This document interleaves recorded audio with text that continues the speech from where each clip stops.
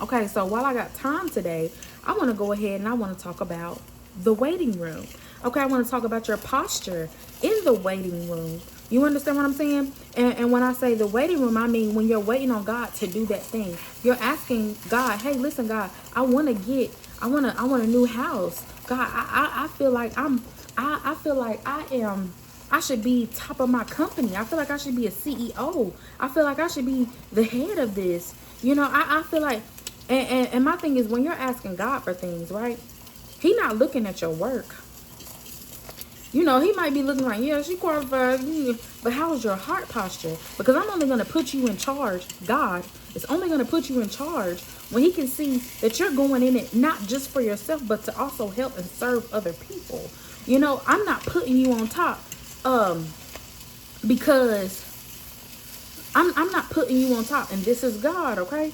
So when y'all talking about, well, why is the president, that's another story for another day, okay?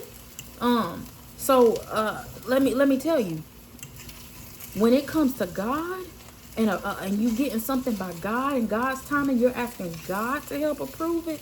You understand what I'm saying? You have to also realize he's not going to just put you there for yourself. He's putting you there also to help other people because you are also assigned to other people. Do you understand what I'm saying?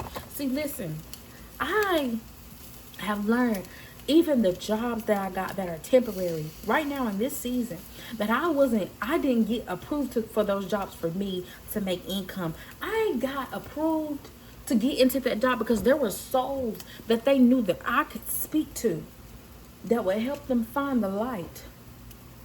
That would help them find the light. You understand what I'm saying? The light. The light. You understand? I have spoken to women who was just been like, I have been down and I've been depressed and I've been sad and I've been wondering and I've been searching and I've been crying. My bad, I had to get something for my sandwich. And if you want to see me in action, subscribe. I'll be on live, okay? But yeah.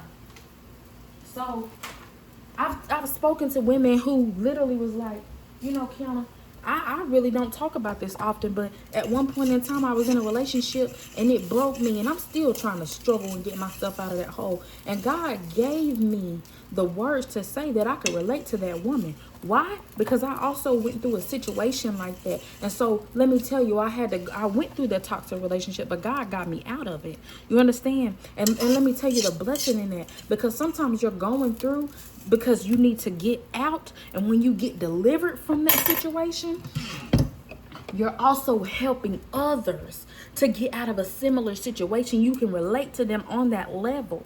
You understand what I'm saying? Sometimes you were given this assignment to teach somebody else, right? So you were in class and you were taking the test and you finally passed. You finally passed. And you know what you got to be? You got to be the teacher of that same lesson to somebody else, and you got to say, hey, listen, sister, you went through a sad relationship. You got out of the toxic relationship. Thank God, praise God that you got out of the toxic relationship. You might be living with your mama right now. You might not have the finances right now. You may not have everything that you need or that you want right now. You understand what I'm saying? But in the moment that you do, in the time that you do, praise God for everything that you have. Praise God because you have a car. Praise God because you're breathing. Praise God you have your two eyes. You have your arms. You can eat. You can smell. You can drink. Anything that you have, and everybody's situation is different. Praise God for the things that you do have. Have gratitude in that waiting room. You understand what I'm saying? I'm not done because I can give God so much praise. I can give God so much praise. Because you left that situation. You have the ability to leave that situation. You have a roof over your head. You have food to eat. You have a bed to sleep in. You understand? I don't care if it's a blanket on the floor. You had something, and you still have something right now to this moment, to this day, to be thankful for, to be praising God for. Thank God you got out of it. You learned the lesson. And now it's time to ascend. Now it's time to go up. Now it's time to see what God has for you. Don't stay there. Don't stay there. Don't ever stay there. You get up. You stay there. You wallow in that sadness for a minute. Okay, now it's time to get up, baby. That was a chapter in my life. Boom. Now we finally got out of it. Don't keep reading that book. You understand what I'm saying? And so that is what it is. So God is going to judge your heart posture in the waiting room. And when I say that, I'm going to end it on here because this is really supposed to be the message, but I kind of got a little bit off. But hopefully you got something from that as well. So you're waiting, when you're in a waiting room, right? Say you waiting for a blessing.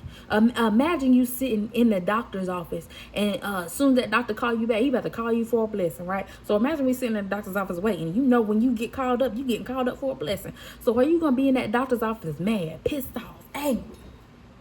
Man, I know it's my time. Why you ain't calling me back? You know how them doctors be acting back there? Oh, baby, they can leave.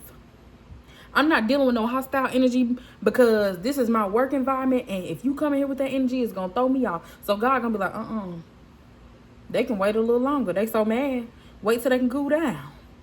Or they can leave. They can be disqualified from this blessing. You understand what I'm saying? So when you waiting in the waiting room, make sure that your heart posture, check yourself. Because my thing is, every blessing that God gives, he's giving you grace. He's giving you mercy. You understand what I'm saying? We are sinners, whether we know it or not. We do things every single day that we do and do not know. That we are not worthy of the blessings that he is giving us. You understand? That's why we keep saying we're not worthy. Because the things that he's doing, we don't even have to live. He's a merciful God. Okay? Merciful. Merciful.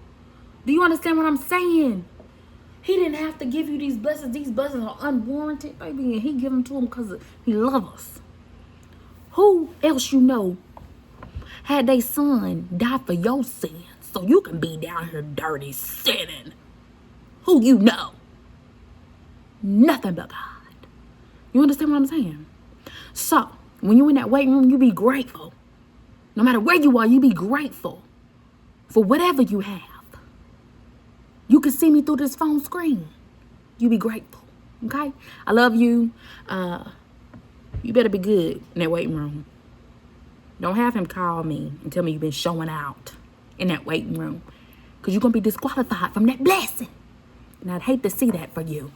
All right, now I love you. Tell me about your testimony in the comments. And I'll see you in the next video.